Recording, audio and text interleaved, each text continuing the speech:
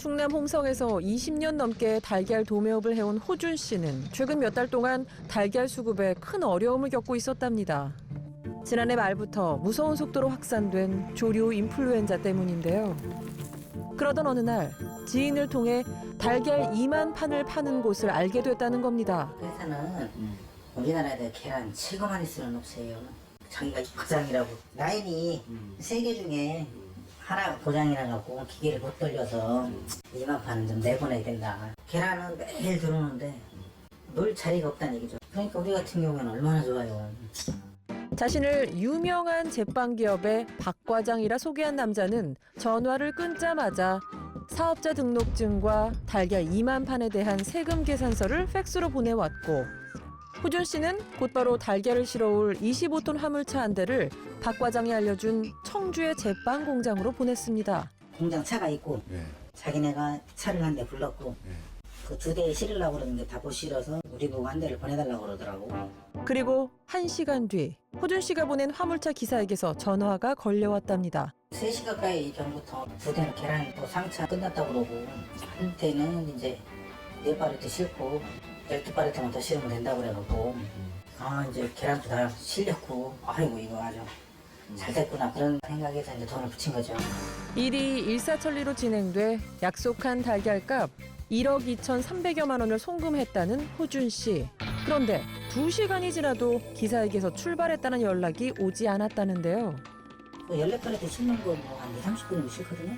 우리 생각에는 4시면 출발해야 되는데 5시가 돼도 아직도 안 실었다는 거예요. 그래서 계속 전화를 하니까 그때서 기사가 얘기하고 계란을 보지도 못했다고. 왜 그러면 왜 계란을 실었다고 했냐.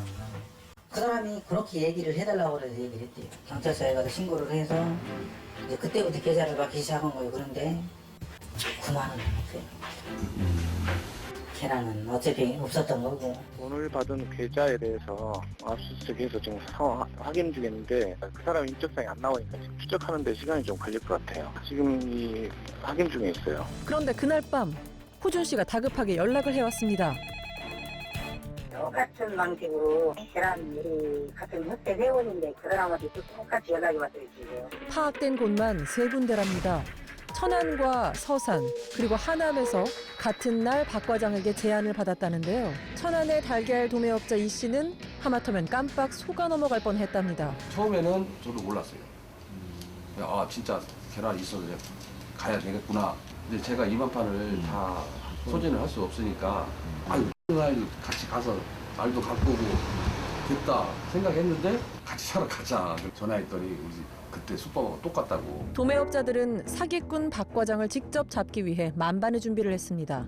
박 과장의 전화를 받은 이 씨는 달걀을 구매하는 척하고 피해자 호준 씨가 화물차 기사 역할을 맡기로 한 겁니다. 호준 씨는 박 과장이 눈치챌 수 없게 직원의 휴대전화를 빌렸다는데요. 솔직히 기사가 진짜 한 10% 정도라도 받았을 것 같은 느낌이 들더라고.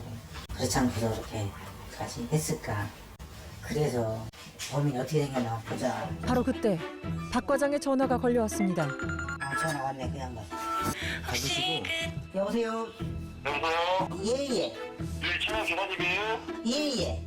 아, 그리고 저희 청주로 출발해주시죠, 청주. 홍덕구. 산단로. 산단로.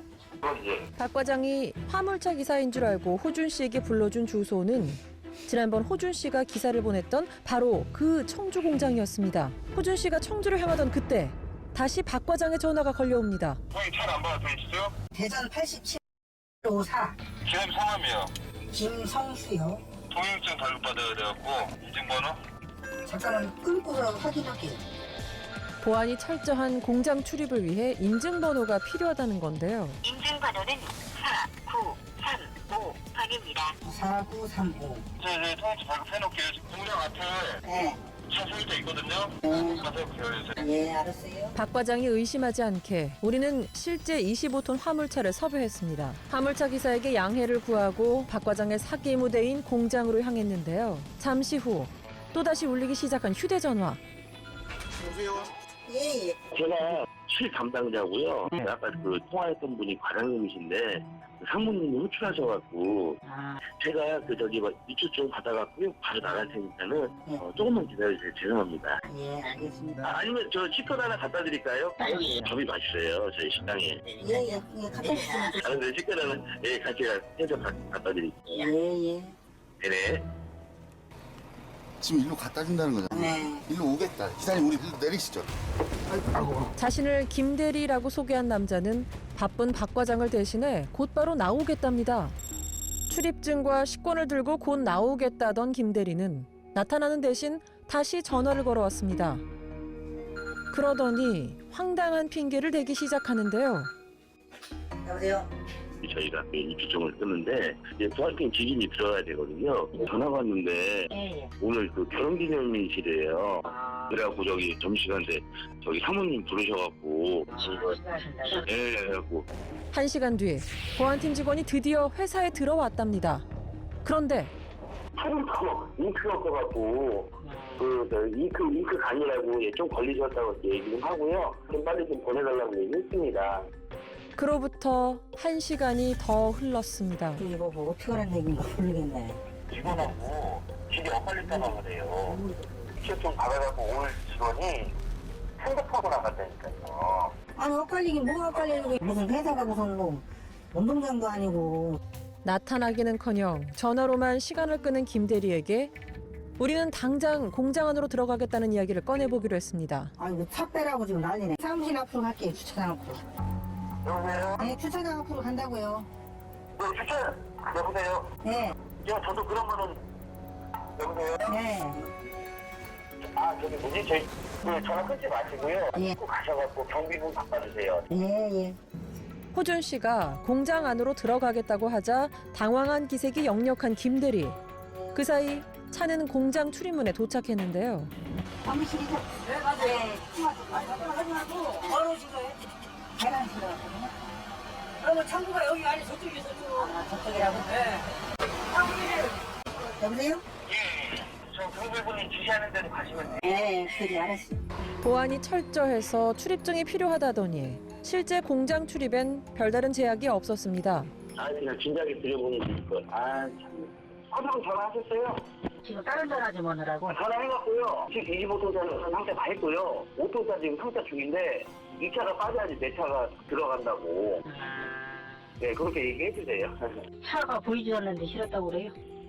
참고 안에 있잖아요. 당연히 그 바뀔 수는 없죠. 그런 일대가 돼야지 추가증이 나오고 추가증이 없으면 검수장도 못 들어가는데요. 하지만 김대리의 말과는 달리 공장 곳곳을 둘러봐도 달걀을 싣고 있는 차는 없었습니다.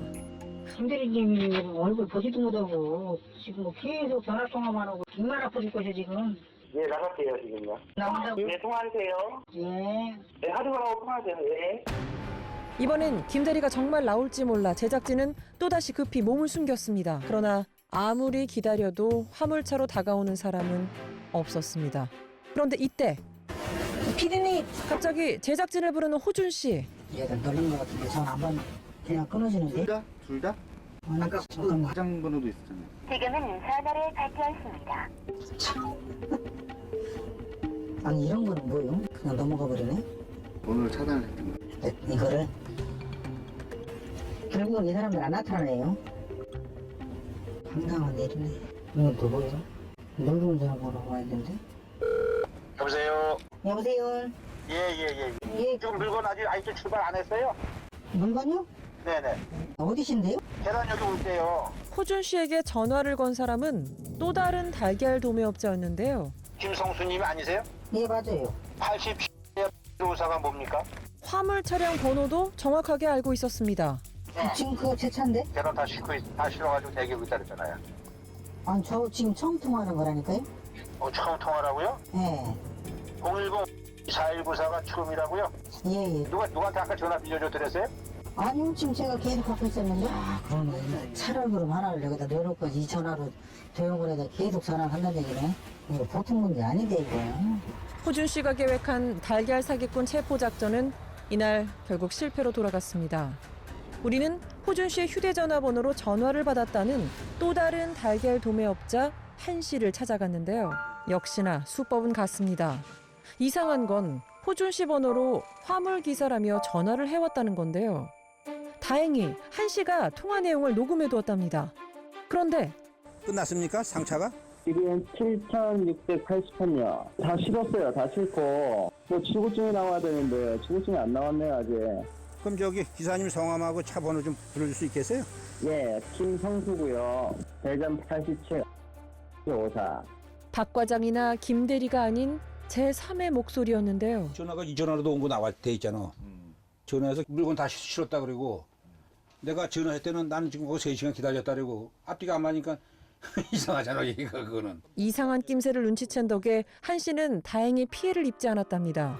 호준 씨가 일당에게 알려준 건 차량 번호와 전화번호, 이름, 그리고 ARS로 걸려온 인증번호였는데요. ARS 전화번호를 검색해보니 국제전화 관련 어플리케이션이 하나 뜹니다. 이것을 다운받아 휴대전화 명의자인 조연출의 전화번호가 아닌 PD의 전화번호를 입력한 후 인증을 요청했습니다. 그러자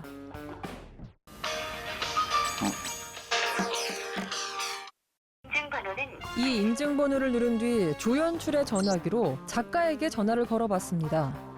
그러자 놀랍게도 작가의 휴대전화에 찍힌 전화번호는 조연출의 번호가 아닌 PD의 번호였습니다. 번호 뜬다.